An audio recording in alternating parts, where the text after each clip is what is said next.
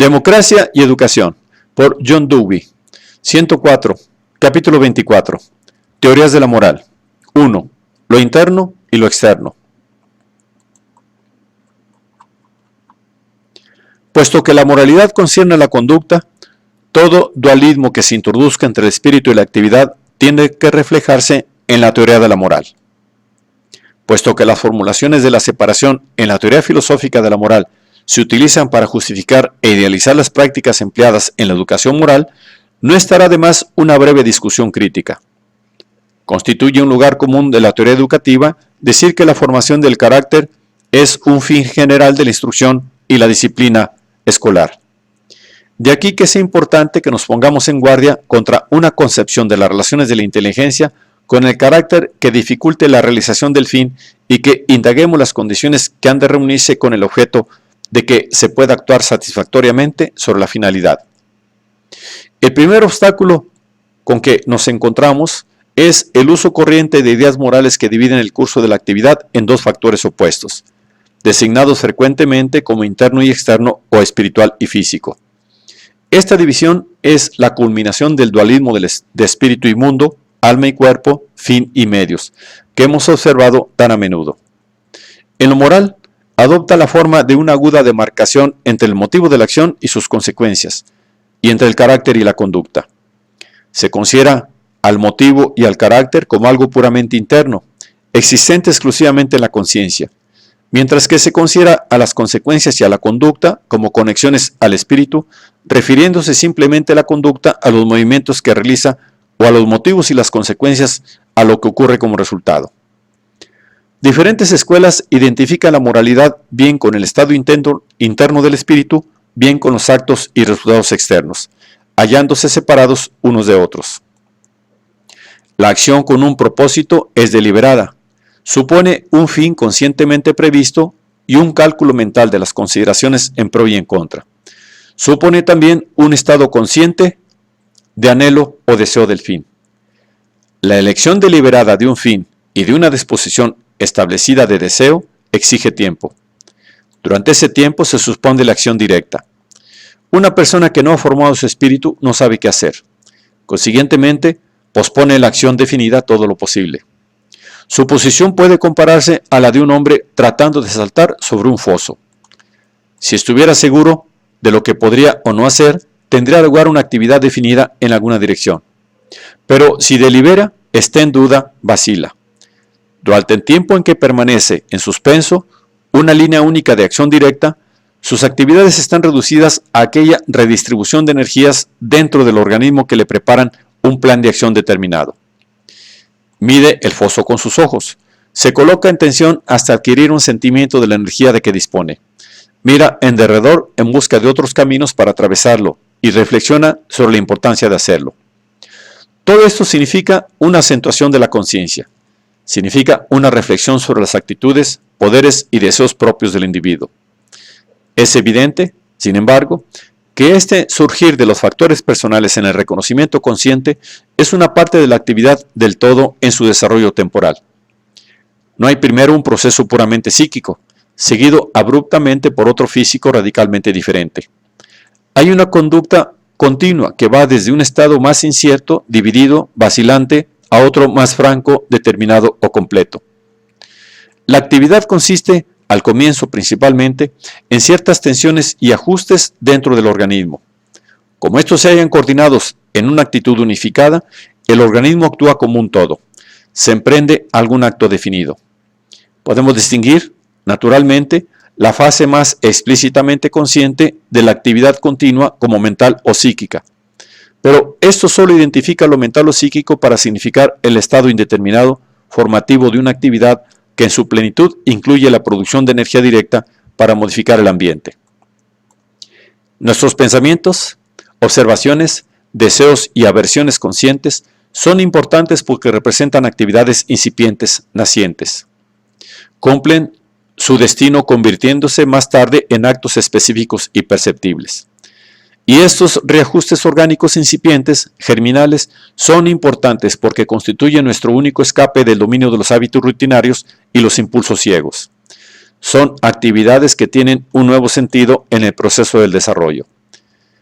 De aquí que normalmente haya una acentuación de la conciencia personal siempre que nuestros instintos y nuestros hábitos ya formados se encuentren bloqueados por nuevas condiciones.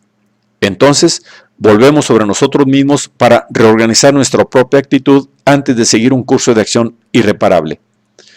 A menos de que intentemos abrir nuestro camino por la mera fuerza bruta, tenemos que modificar nuestros recursos orgánicos para adaptarlos a los rasgos específicos de la situación en que nos encontramos.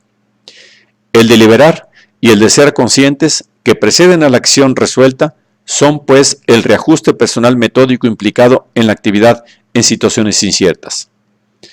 Este papel del espíritu en continua actividad no se mantiene siempre. Sin embargo, los deseos de algo diferente, la aversión al estado de cosas dado, causada por el bloqueo de la actividad satisfactoria, estimulan la imaginación.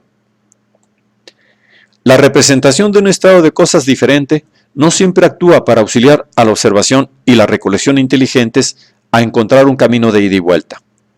Excepto cuando existe una disposición disciplinada, la tendencia de la imaginación es la de volar libremente. En vez de comprobarse sus objetos por las condiciones con referencia a su practicabilidad en la ejecución, se les permite desarrollarse a causa de la satisfacción emotiva inmediata que proporcionan. Cuando encontramos el desarrollo satisfactorio de nuestras energías dificultado por un ambiente desfavorable, natural y social, el camino más fácil es construir castillos en el aire y hacer que sean un sustituto de la eficacia real que supone el esfuerzo del pensamiento. Así evitamos la acción manifiesta y edificamos un mundo imaginario en el espíritu. Esta ruptura entre el pensamiento y la conducta se refleja en aquellas teorías que establecen una radical separación entre el espíritu como algo interno y la conducta y las consecuencias como algo meramente externo. La división puede ser entonces algo más que un incidente de la experiencia particular del individuo. La situación social puede ser tal que lance a la clase dada a articular la reflexión volviendo sus propios pensamientos y deseos, sin suministrar los medios por los cuales estas ideas y aspiraciones pueden realizarse para reorganizar el ambiente. En tales condiciones, los hombres procuran desquitarse, como fuere, del ambiente extraño y hostil, cultivando el descontento hacia él y dándole malos calificativos. Buscan refugio y consuelo dentro de sus propios estados de espíritu, en sus propias imaginaciones y deseos, a los que prestan acatamiento llamándoles más reales y más ideales que el mundo exterior desdeñado. Tales periodos se han repetido en la historia. En los primeros siglos de la era cristiana, los sistemas morales del estoicismo, del cristianismo monástico y popular y otros movimientos religiosos tomaron forma bajo la influencia de tales condiciones. Cuanto más se reprimía la acción que podía expresar los ideales predominantes, más se consideraba como autosuficiente la posesión y el cultivo interno de los ideales, es decir, como la esencia de la moralidad. El mundo externo a que pertenece la actividad se pensó como moralmente indiferente. Todo se basaba en poseer el motivo justo, aun cuando este motivo no constituyera una fuerza motriz en el mundo. Una situación muy análoga volvió a ocurrir en Alemania a fines del siglo XVIII y principios del XIX. Esto llevó a la insistencia kantiana sobre la buena voluntad como el único bien moral, siendo considerada la voluntad como algo completo en sí, independiente de la acción y de los cambios o consecuencias efectuados en el mundo. Más tarde, llevó a una idealización de las instituciones existentes como la encarnación de la razón. La moralidad puramente interna del bien pensar, de poseer una buena disposición independientemente de lo que viene de ella, produjo naturalmente una reacción. Esta se conoce en general como hedonismo o como utilitarismo. Se dijo, en efecto, que lo importante moralmente no es lo que un hombre sea en el interior de su conciencia, sino lo que hace, o sea, las consecuencias que resultan, los cargos que efectúa realmente.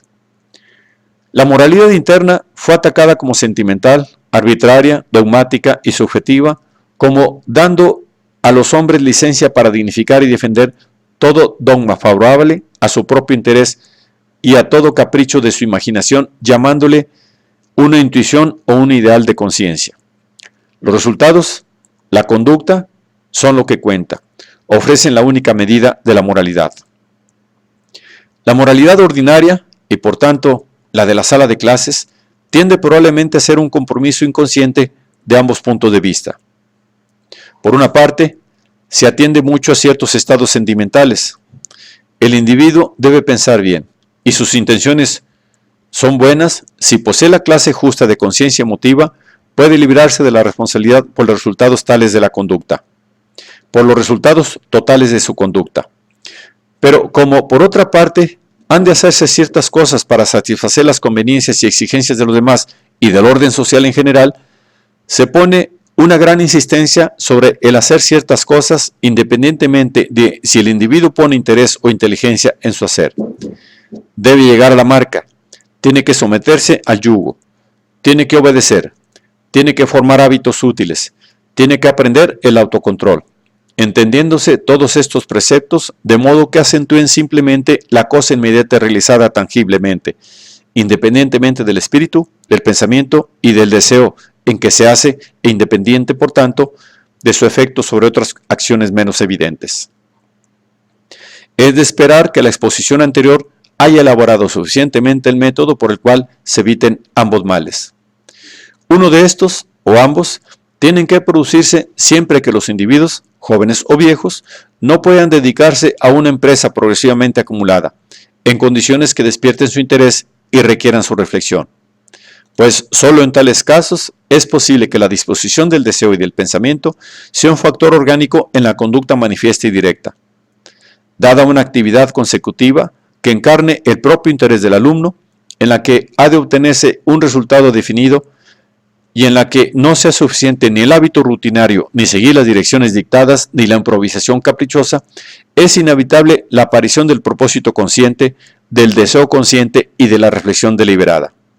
Son inevitables como el espíritu y la cualidad de una actividad que tiene consecuencias específicas y no como formando un reino aislado interior de conciencia.